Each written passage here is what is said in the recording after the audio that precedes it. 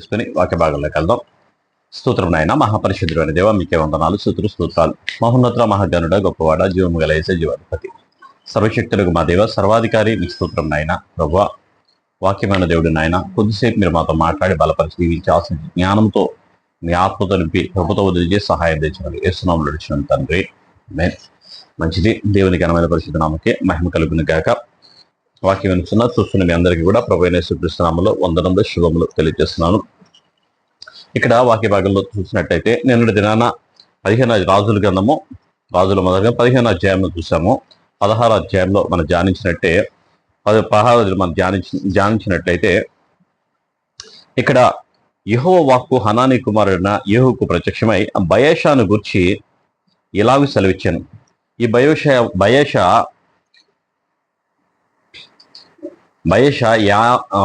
ఇస్రాయేలు రాజుగా ఉన్న నాదాబుని చంపేసి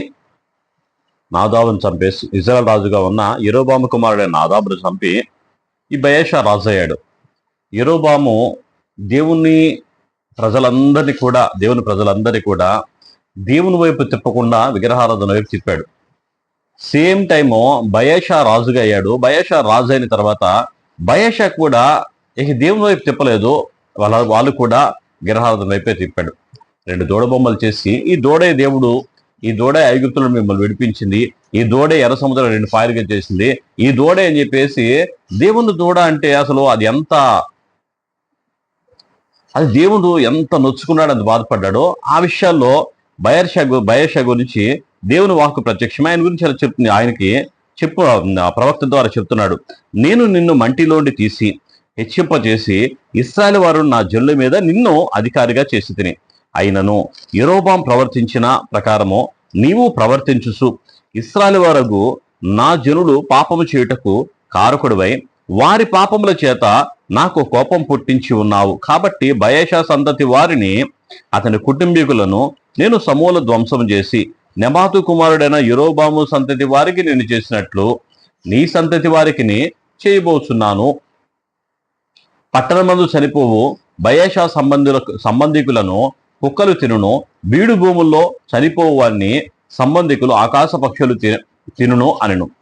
చూడండి, యెరోబాము దగ్గర కూడా యెరోబాముని అలాగే దేవుడు తన ప్రవక్త ద్వారా మాట్లాడి శపించాడు.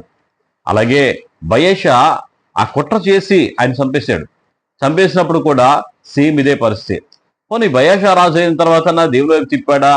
ఇస్సాకారు సంబంధికుడు, మళ్ళీ దేవుని ప్రజల్లో ఉన్నవాడే, బయటవాడేం కాదు. అయినప్పటికీ కూడా ఈయన చేసిన పని కూడా దేవుని ప్రజల్ని దేవుని వైపు తిప్పకుండా లోక వైపు తిప్పేలాగా ఉన్నాడు. అతను కూడా శాపగ్రస్తుడయ్యాడు. శపితమైన పరిస్థితి వచ్చింది. శపితమైన పరిస్థితి వచ్చినప్పుడు బయెషా దగ్గర పనివాడిగా ఉన్న 9వ వచనంలో, బయెషా దగ్గర ఆ అధికారిగా ఉన్న 9వ వచనంలో, తిర్సాలో తన గృహ నిర్వాహకుడగు అర్సా ఇంట అతడు తాగి మత్తుడై ఉండగా యుద్ధ రథములు అర్ధభాగం మీద అధికారి అయిన జిమ్రీ అతని మీద కుట్ర చేసి లోపలికి వచ్చి అతని కొట్టి చంపి అతని మారుగా రాజయ్యాడు. ఇది యూదా రాజైన ఆసా ఏలుబడిలో 27వ సంవత్సరం సంభవించింది. ఈ జిమ్రీ అనే ఆయన ఈ అధికారులందరి మీద, ఆ రథాలన్నింటి మీద సగం అధికారిగా ఉన్న ఈయన రాజు మీద కుట్ర చేసి చంపేశాడు. ఆయన్ని చంపేసి దారి మధ్యలోనే చంపిన తర్వాత ప్రజలందరూ కూడా జిమ్రీని రాజుగా చేసుకున్నాడు. బయెషా చనిపోయాడు. యెరోబాము తర్వాత నాదాబు వచ్చాడు. నాదాబు తర్వాత బయెషా వచ్చాడు. బయెషా తర్వాత జిమ్రీ అయ్యాడు. జిమ్రీ రాజు అయిన తర్వాత జిమ్రీ కుట్ర చేశాడు అనే సంగతి, జిమ్రీ కుట్ర చేశాడని చెప్పేసి ఆ ప్రజలందరికీ కూడా అర్థమైంది. ప్రజలందరూ కూడా ఇలా చేశాడని చెప్పినప్పుడు 16వ వచనం చూస్తే, జిమ్రీ కుట్ర చేసి రాజును చంపించెను అనే వార్త అక్కడ దిగి ఉన్న జనులకు వినబడెను. గనుక ఇశ్రాయేలు వారందరూ ఆ దినమున సేనాధిపతి అయిన ఉమ్రీని దండుపేటలో ఇశ్రాయేలు వారి మీద రాజుగా పట్టాభిషేకం చేసిరి. వెంటనే ఉమ్రీ గిబ్రతోను విడిచి ఇశ్రాయేలు వారందరూ తిర్సాకు వచ్చి వారిని ముట్టడి వేసిరి. పట్టణము పట్టబడినని జిమ్రీ తెలుసుకొని తాను రాజనగర్ను దొచ్చి తనతో కూడా రాజనగరు తగలబెట్టుకొని చనిపోయాను. జిమ్రీ చేసిన పని, రాజు మీద కుట్ర చేసి రాజును చంపేశాడు.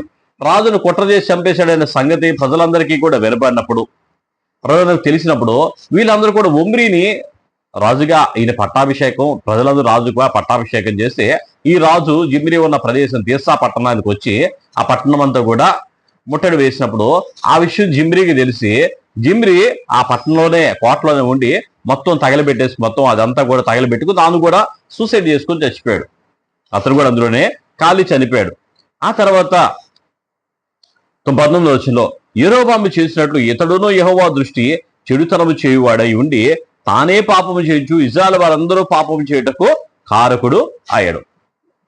జిమ్రీ బయెషాను చంపేసి పుట్ట చేసి దేవుడు అభిషేకించాలి, దేవుడు ఏర్పాటు చేయాలి. దేవుడు ఏర్పాటు చేసిన వారు దేవునికి నమ్మకంగా ఉండాలి, దేవుడు చెప్పినట్టుగా చేయాలి.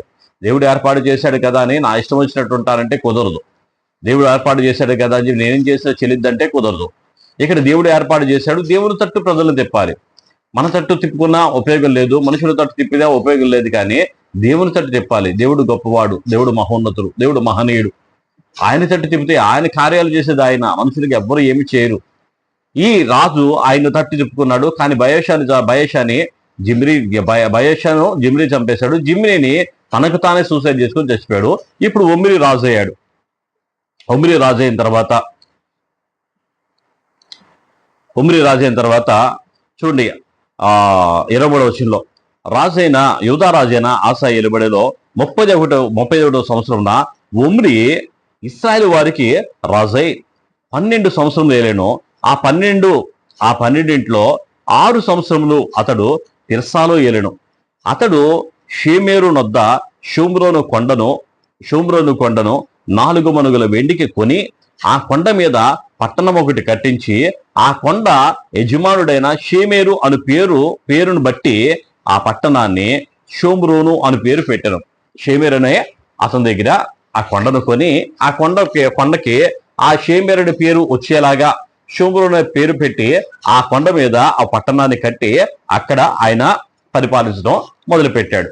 అందుకే ఒక రోజు వచ్చినప్పుడు యుద్ధానికి అశ్షూరు దేశం రాజు వచ్చాడు. అశ్షూరు దేశం రాజు వచ్చినప్పుడు షోమ్రోను యొక్క దేవతలను కాపాడారు. మా దేవుని ఎదుట, మా రాజు ఎదుట ఏ దేశానికి యుద్ధానికి వెళ్ళా సరే వారి రాజుల యొక్క ఏ దేవతలు ఉన్నాయి వారందరూ కూడా ఎవరు కూడా కాపాడలేదు. అలాగే షోమ్రోన్లో ఉన్న ఇశ్రాయేలు రాజును కూడా వారి దేవతలు కాపాడలేదు. ఇప్పుడు హిజ్కియా మిమ్మల్ని కాపాడతాడని, మీ దేవుడు కాపాడతాడని అనుకుంటున్నారేమో అని చెప్పేసి అక్కడ మాట్లాడే సందర్భం చూస్తాం. ఈ షేమేరు దగ్గర ఆ కొండను కొని కొండ మీద పట్టణానికి వచ్చి అక్కడ దానికి షోమ్రోను అనే పేరు పెట్టాడు. తర్వాత 25వ వచనంలో ఒమ్రీ యెహోవా దృష్టికి చెడుతనం జరిగించి తన పూర్వీకులందరికంటే మరి దుర్మార్గంగా ప్రవర్తించారు. అతడు నెబాతు కుమారుడైన యెరొబెయాము దేని చేత ఇశ్రాయేలు ప్రజలు పాపము చేయుటకు కారకుడై దేవతలను పెట్టుకొని ఇశ్రాయేలు దేవుడైన యెహోవాకు కోపం పుట్టించునో దాన్ని అనుసరించి ప్రవర్తించి వచ్చెను. ఒమ్రీ చేసిన ఇతర కార్యములు కూడా అన్ని కూడా ఇశ్రాయేలు గ్రంథంలో రాయబడి ఉన్నవి. ఒమ్రీ తన పితరులతో కూడా నిద్రించి షోమ్రోనునే సమాధి చేయబడను. ఇప్పుడు ఒమ్రీ యొక్క కుమారుడు రాజు అయ్యాడు. ఆ కుమారుడు పేరు అహాబు. వీళ్ళందరికంటే కూడా మామూలు గనుడు కాదు ఈ గనుడు. వీళ్ళందరూ చేసింది ఒక్కంత అయితే ఈయన చేసిందైతే అది దేవుని దృష్టికే ఊహించలేనంత ఉంది. దేవుడు తట్టుకోలేనంత కోపం ఆయన దగ్గర నిలబడి ఉంది. ఎవరు? అహాబు. ఒమ్రీని ప్రజలు రాజుగా ఏర్పాటు చేశారు, దేవుడు రాజుగా ఏర్పాటు చేయలే. ఈ ఒమ్రీ వచ్చి రాజుగా ఏర్పాటు అయిన తర్వాత యెరొబెయాము కుమారుడు ఆయన చేసిన దానికంటే కూడా ఎక్కువ పాపం చేసి ఈ జనులందరూ పాపం చేయడానికి కారకుడయ్యాడంట. ఆ జనులందరూ పాపం చేయడానికి కారకుడైనప్పుడు ఆయన కూడా చనిపోయిన తర్వాత ఆయన అదే ఊర్లో సమాధి చేయబడ్డాడు. షోమ్రోనులో సమాధి చేయబడ్డాడు. అతని కుమారుడు రాజు అయ్యాడు. రాజు అయిన తర్వాత 30వ వచనంలో ఒమ్రీ కుమారుడైన అహాబు తన పూర్వీకులందరినీ మించినంతగా యెహోవా దృష్టికి చెడుతనం చేశాను. నెబాతు కుమారుడైన యెరొబెయాము జరిగించిన పాప క్రియలు అనుసరించి నడుచుకుంటా స్వల్ప సంగతి అని అనుకొని అతడు సీదోనీయుల రాజైన సీదోనులకు రాజైన ఎద్బయలు కుమార్తె అయిన ఎజబేలును వివాహం చేసుకొని బయలుదేవతను పూజించు వానికి మృక్కుచుండెను. షోమ్రోలో తాను బయలును కట్టించిన మందిరమందు బయలునకు ఒక బలిపీఠం కట్టించను, మరియు అహాబు దేవతా స్తంభము నిలిపాను. ఆ ప్రకారము అహాబు తన పూర్వీకులైన ఇశ్రాయేలు రాజు అందరికంటే ఎక్కువ పాపం చేసి ఇశ్రాయేలు దేవుడైన యెహోవాకు కోపం పుట్టించెను. అతని దినముల్లో బేతేలీయుడైన హీయేలు ఎరికో పట్టణమును కట్టించెను.